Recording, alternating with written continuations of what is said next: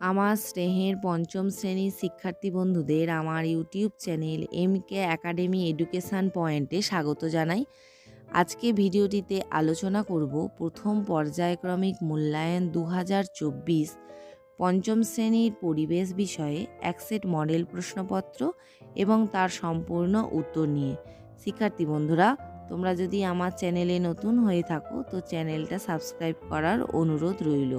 ভিডিওটা ভালো লাগলে অবশ্যই লাইক, শেয়ার, কমেন্ট করো। এবার চলো আমরা মূল আলোচনায় ফিরে যাই। একের দাগের সঠিক উত্তরটি নির্বাচন করে লেখো। 1 × 4 = 4।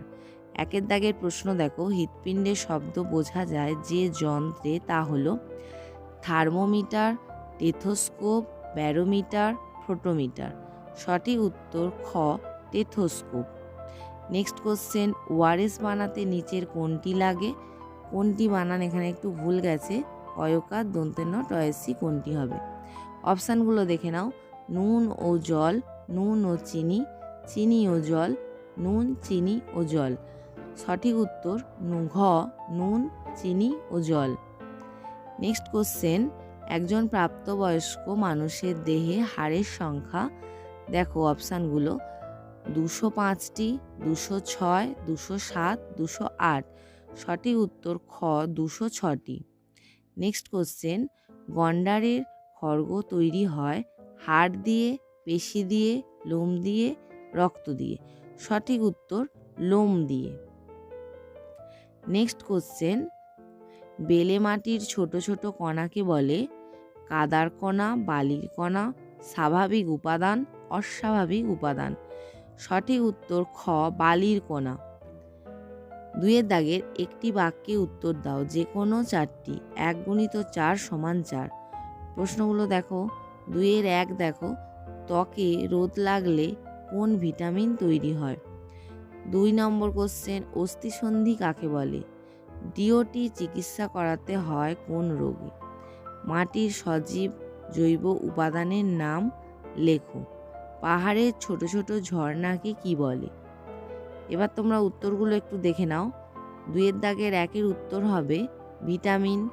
2-এর উত্তর হবে 2 বা তার বেশি হাড়ের জোড়াকে অস্থিসন্ধি বলে। 3-এর উত্তর হবে যক্ষ্মা রোগী। 4-এর উত্তর হবে কেঁচো।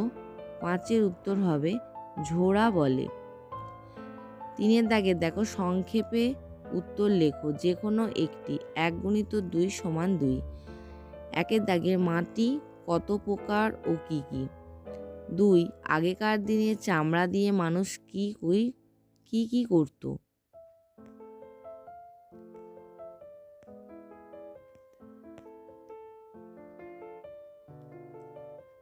তারপরে দেখো 3 দাগের কোশ্চেন দেখো, রক্তের কাজ লেখো। 4, আমরা ওআরএস খাই কেন? 5, লিগামেন্ট কি? 6, শিরা ও ধমনীর পার্থক্য লেখো। 7, নখের যত্ন না নিলে কি হয়? 8, ফোস্কা পড়ে কেন? তোমরা উত্তরগুলো এবার একটু দেখো। 3, মাটি 3 প্রকার, বেলে মাটি, দোআঁশ মাটি এবং এঁটেল মাটি। 3-2, আগেকার দিনে মানুষ পশুর চামড়া শুকিয়ে তাতে লিখত। 2, চামড়া শুকিয়ে জুতো, জামা তৈরি করত। 4, জল বয়ে নিয়ে যাবার জন্য চামড়ার ব্যাগ তৈরি করত। চামড়া শুকিয়ে বিভিন্ন বাদ্যযন্ত্র বানাতো। 3 দাগের রক্তের কাজগুলি লেখো। সারা শরীরে অক্সিজেন ও শরীরের প্রয়োজনীয় পুষ্টি পৌঁছে দেওয়া, রোগাক্রান্ত স্থানে রোগ জীবাণু প্রতিরোধী ঔষধ পৌঁছে দেওয়া। 3 নম্বর, কলাকোষ থেকে কার্বন ডাই অক্সাইড ও বিভিন্ন দূষিত পদার্থ অপসারিত করে নির্দিষ্ট অঙ্গে পৌঁছে দেওয়া। 4, রক্তে উপস্থিত রোগ প্রতিরোধ উপাদানের মাধ্যমে বিভিন্ন রোগ প্রতিরোধ করা। 4 দাগের পেটের অসুখে অনেকবার বমি ও পায়খানা হলে শরীর থেকে নুন ও জল বেরিয়ে যায় এবং সেগুলির ঘাটতি দেখা যায়। এই অবস্থায়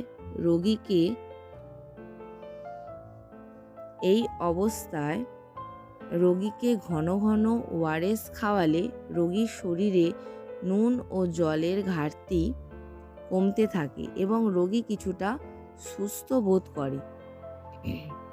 5 দাগে দেখো, দেহের হাড়গুলো অস্থিসন্ধিতে দড়ির মতো এক প্রকার জিনিস দিয়ে জোড়া থাকে, তাকে লিগামেন্ট বলে।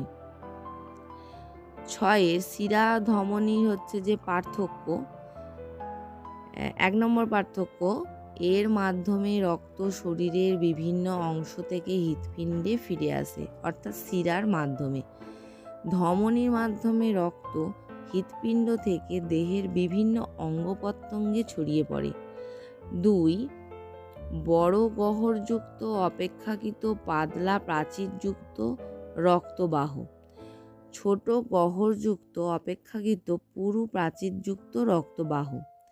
7 দাগের, নখের যত্ন না নিলে এবং নিয়মিত নখ না কাটলে নখের গোড়ায় নোংরা জমবে, ওই নোংরাতে জীবাণু বাসা বাঁধবে। খাবার সময় ওই জীবাণুগুলি নখের নিচ থেকে পেটে প্রবেশ করবে এবং পেটের অসুখ ঘটাবে। এছাড়া জমে থাকা জীবাণু থেকে ধীরে ধীরে নখের নিচে ঘা হবে এবং পুঁজ জমে ব্যথা ও যন্ত্রণা হবে। একে আমরা নখপনি বলি। 8 দাগে, শরীরে কোনো স্থান পুড়ে গেলে ওই পোড়া স্থানের চামড়ার ওপরের স্তরটা গরমে ক্ষতিগ্রস্ত হয়, তখন নিচের স্তরটা থেকে জল বেরিয়ে আসে। 2টি স্তরের মাঝে সেই জলীয় তরল জমা হয়, তার ফলে জায়গাটা ফুলে ওঠে এবং ফোস্কা পড়ে। তো এই ছিল আজকে আমার আলোচনার বিষয়বস্তু। ধন্যবাদ।